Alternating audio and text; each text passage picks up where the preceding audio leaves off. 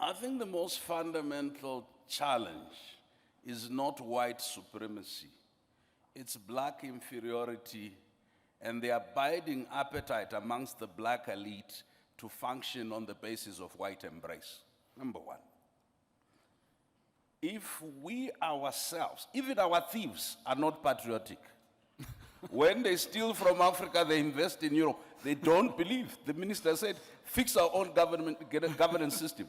The people in charge of governance system steal and invest elsewhere as an indictment or an affirmation of their own incompetence and incapacity.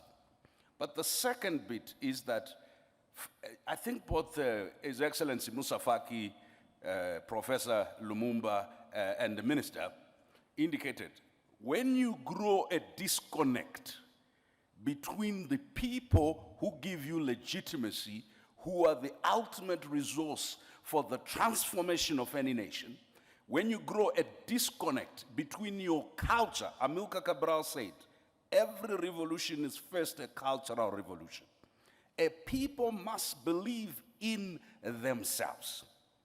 That way they are able to produce both citizens and leaders who are not only patriotic and competent, but that are future-focused and that are regenerative.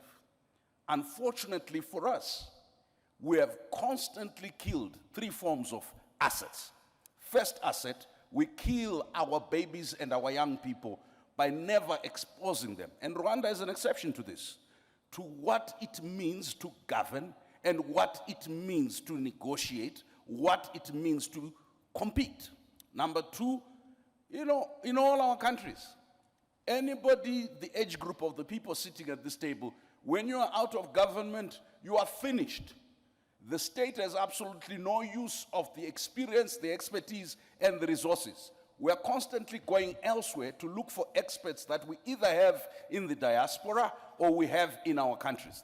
The inability to build, retain, use our own local expertise and experience. The third is that we have created everything to be so leader-centric that most of our citizens either wait for God or wait for the leader or wait for foreigners.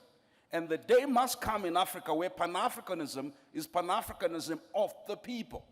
No matter how brilliant institutions are, continental or regional, as long as they are not nourished by the ideas of African intellectuals, African artists and activists. But there is hope.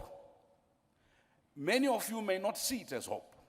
The dominance of Afrobeat and Afropop in the world today, sending a message, if that can be used as a vehicle of cultural regeneration, if what the young people have been able to do with tech can be used as a way of reimagining, then what we're talking about as a phenomenon will end.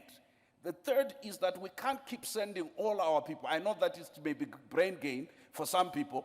We can't keep sending all our young people to Europe, to America, and elsewhere without creating pathways back. Why?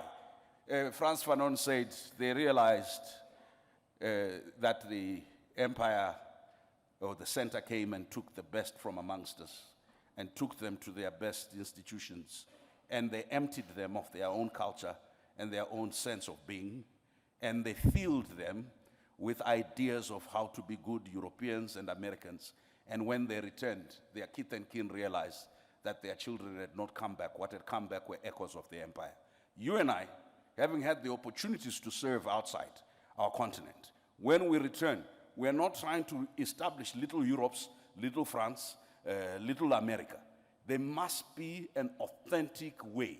That's why Rwanda's revolution is not only leadership, it is homegrown solutions, not for Rwanda only, but for the whole world, not just for Africa. We cannot assert ourselves culturally, intellectually, spiritually, as long as we are leprous and dependent. Thank you.